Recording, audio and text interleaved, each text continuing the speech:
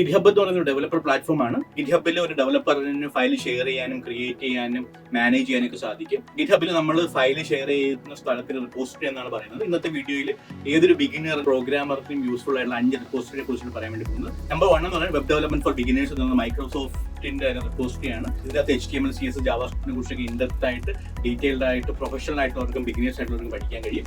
രണ്ടാമതായിട്ടുള്ള റിപ്പോസിറ്ററിയാണ് coding interview university എന്ന് പറയുന്നത്. ഇതിനകത്ത് ഏതൊരു ബിഗിനറിനും ഇന്റർവ്യൂ ക്രാക്ക് ചെയ്യാനും അതിനുള്ള ഇന്റർവ്യൂ ക്വസ്റ്റ്യൻസ് ഒക്കെ അവൈലബിൾ ആയിട്ടുണ്ട്. മൂന്നാമത്തുള്ള റിപ്പോസിറ്ററിയാണ് ഫ്രീ ഇ-ബുക്ക് ഫോർ പ്രോഗ്രാമേഴ്സ്. പ്രോഗ്രാമേഴ്സിന് പ്രോഗ്രാമിംഗ് പഠിക്കാൻ തക്ക തരത്തിലുള്ള ബുക്സ് ആണ് ഈ റിപ്പോസിറ്ററി ആയിട്ട് അവൈലബിൾ ആയിട്ടുള്ളത്. നാലാമതായിട്ടുള്ള പബ്ലിക് APIs. നമുക്ക് APIs ഉപയോഗിച്ചിട്ട് പ്രൊജക്ട്സ് ചെയ്യാൻ വേണ്ടിയിട്ട് വളരെ ഹെൽപ്ഫുൾ ആയിട്ടുള്ള റിപ്പോസിറ്ററിയാണ് പബ്ലിക് APIs. അഞ്ചാമതായിട്ട് ഓസം ഡേറ്റാ സെറ്റ് എന്ന് പറയുന്നത് machine learning, AI, data science ഒക്കെ പഠിക്കണമെന്നുണ്ടെങ്കിൽ ഡെഫിനറ്റ്ലി ഡേറ്റാ സെറ്റ്സ് ആണ്. അപ്പോൾ അത്തരത്തിലുള്ള ഡേറ്റാ സെറ്റുകളുടെ ഒരു റിപ്പോസിറ്ററിയാണ് ഓസം ഡേറ്റാ സെറ്റ് എന്ന് പറയുന്നത്. ഇതുപോലത്തെ റിപ്പോസിറ്ററികൾ ഏതെങ്കിലും നിങ്ങൾക്ക് അറിയാമെങ്കിൽ താഴെ കമന്റ് ബോക്സിൽ രേഖപ്പെടുത്തുക. Thank you.